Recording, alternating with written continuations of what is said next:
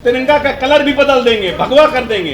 ये हिंदू राष्ट्र की तरफ बढ़ने, भगवान राम के परछाई में राजनीति देश में कर रहे हैं। ये लोग आरक्षण और संविधान के साथ खिलवाड़ करने का काम कर रहे हैं। ये लोग सिर्फ तोड़ने का काम करते हैं, ठीक से हिंदू धर्म को समझते भी नहीं हैं और बड़ा बड़ा त्रिपुल लगाते हैं, रुद्राक्ष पहनते हैं, टीका लगाते हैं।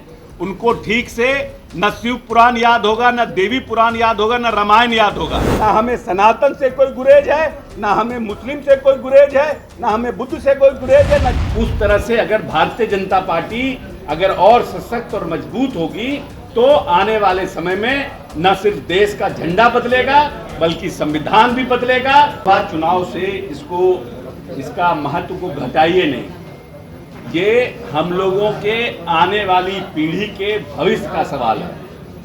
इसको लोकसभा चुनाव से नहीं है। जो मानसिकता भारतीय जनता पार्टी के लोगों का है और जिस तरह से आहिस्ता आहिस्ता ये लोग बढ़ रहे हैं, आरएसएस के जो थिंक टैंक हैं, जो बंच ऑफ थॉट्स में जो लिखा हुआ बात है, उसको जिस तरह से धीरे धीरे अपनाने का काम कर रहे हैं, उस तरह से अगर भारतीय जनता पार्टी अगर और सशक्त और मजबूत होगी तो आने वाले समय में न सिर्फ देश का झंडा बदलेगा बल्कि संविधान भी बदलेगा और आरक्षण की व्यवस्था भी बदलेगी। उसके खिलाफ हम लोग भीम संसद का आयोजन कर रहे हैं, जिसमें कि आने वाली पीढ़ी को भी हम लोग भारतीय जनता पार्टी के जो आने वाले उनके निर्णय हैं उसके खिलाफ सजग करके रखें कि जो हमारे जो 5 साल और 10 साल का बच्चा भी है वो भी समझे कि ये भारतीय जनता पार्टी के लोग वर्ण व्यवस्था को इस देश में दोबारा स्थापित करने वाले लोग हैं और वर्ण व्यवस्था के पैरोकार हैं। इसीलिए और इस जो तिरंगा है इसका भी ये लोग तिरंगा का कलर भी बदल देंगे, भगवा कर देंगे। ये हिंदू राष्ट्र की तरफ बढ़ने वाले बात करने वाले काम बात को बढ़ाने वाला काम कर रहे हैं। इसीलिए हम लोग इसके बारे में अपनी पीढ़ी को और अपने समाज के लोगों को सजग करना चाहते हैं। हम लोगों का ये कार्यक्रम जो निर्णय आज हुआ है सभी पार्टी के लोगों के विचार विमर्श के बाद, उसका नामकरण है भीम संसद और उसका स्लोगन है संविधान बचाओ, आरक्षण बचाओ। और हम लोग इन 17-18 वर्षों में माननीय नीतीश कुमार ने कैसे इस प्रदेश में जो लंबे समय तक पिछड़े पायदान पे लोग खड़े थे उनको कैसे आरक्षण देकर के राजनीतिक रूप से, सामाजिक रूप से, आर्थिक रूप से कैसे मजबूत किया और भारतीय जनता पार्टी के लोगों का इस आरक्षण के खिलाफ में या जो हमारे अनुसूचित जाति जनजाति के लोगों के खिलाफ अब तक क्या काम किए गए हैं, इसका हम लोग कच्चा चिट्ठा जारी करेंगे। कोई रैली हम लोग नहीं कर रहे हैं क्योंकि रैला ये शक्ति प्रदर्शन का काम होता है।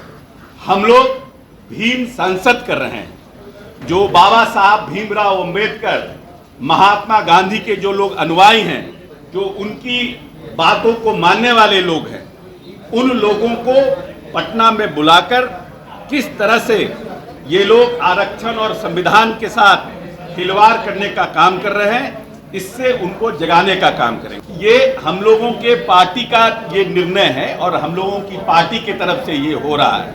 लेकिन अगर हमारे अलायंस पार्टनर उसमें आने का मतलब आने में अगर वो लोग आते हैं तो हम लोगों को उससे खुशी होगी। अगर उन लोग आने की इच्छा रखते हैं, आते हैं तो हम लोगों को खुशी होगी।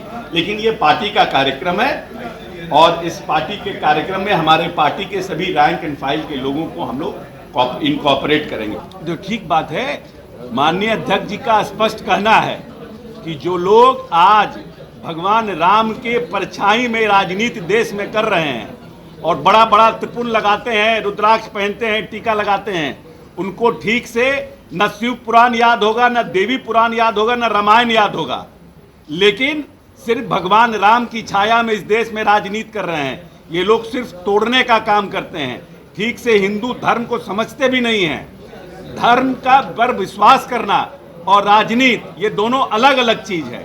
हम धन पर विश्वास कर सकते हैं लेकिन हम देश की जनता के प्रति कितने जवाबदेह हैं उसका भी आकलन प्रदेश की और देश की जनता करेगी।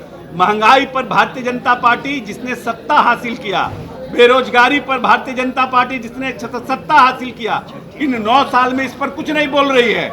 लेकिन भगवान राम मंदिर के निर्माण और कैसे देश में हिंदुत्ववादी ताकत मजबूत हो, इस पर खाली बात करती रही है। हम लोग ये कहना चाह रहे हैं कि सिर्फ धर्म के नाम पे राजनीति से नहीं, धर्म हर एक व्यक्ति का अपना विशेषाधिकार है। बहुत से हिंदू मुस्लिम हो जाते हैं, बहुत से मुस्लिम हिंदू हो जाते हैं, बहुत से क्रिश्चियन हिंदू हो जाते हैं। उनका ये विशेषाधिकार है कि वो किस धर्म में जाएंगे। और भारत एक धर्मनिरपेक्ष राज्य है जहां पर सभी धर्मों का बराबर सम्मान है। तो हमारा स्टैंड बहुत क्लियर है। हमारे नेता ने सभी धर्मों को अपनाने का काम किया है। और फॉर्चुनेटली बिहार अकेला ऐसा राज्य है जहां पर जैन धर्म का उद्भव हुआ, जहां पर बुद्ध धर्म का उद्भव हुआ, जहां गुरु गोविंद सिंह यहाँ आए, जिनका जन्म हुआ, और किस तरह से माननीय नेता ने 350वां पर्व को, प्रकाश पर्व को मनाया। पूरे देश की जनता ने देखा किस तरह से बुद्ध की धरती को टूरिज्म के सेक्टर में और आने वाले समय में बुद्ध धर्म का यहाँ पर फैलाव हो, उसके लिए माननीय नेता ने काम किया। जैन धर्म के लिए माननीय नेता ने विशेष काम किया। सिकंदरा में जो जैन लोगों का जो मंदिर है, वहाँ पर जाकर देखिए कैसे हालात में थे और उनको क्या किया। सूफी सेक्टर के लिए माननीय नेता ने कितना काम किया। और यही पटना में पटन देवी मंदिर, जिसके गर्भगृह से माता को निकालकर 2 साल पहले से हटा दिया गया, और यहीं पर भारतीय जनता पार्टी के मेंबर ऑफ पार्लियामेंट, वहीं के भारतीय जनता पार्टी के एमएलए, लेकिन माता को वापस पहुंचाने का, गर्भगृह में मंदिर का कैसे निर्माण हो, इसकी चिंता किसी ने नहीं की। और माननीय नेता ने अपने मुख्यमंत्री विकास निधि से उस मंदिर का निर्माण कराने का काम किया। तो जो ढकोसला करते हैं, हम उसमें विश्वास नहीं करते हैं। हम काम करके लोगों को विश्वास जीत करके, इन 17 वर्षों से माननीय नेता 18 वर्षों से इस प्रदेश में बने हुए हैं। ना हमें सनातन से कोई गुरेज है, ना हमें मुस्लिम से कोई गुरेज है, ना हमें बुद्ध से कोई गुरेज है, ना जैन धर्म से कोई गुरेज है। हम सभी धर्मों को साथ लेकर चलने वाले राजनीतिक दल हैं।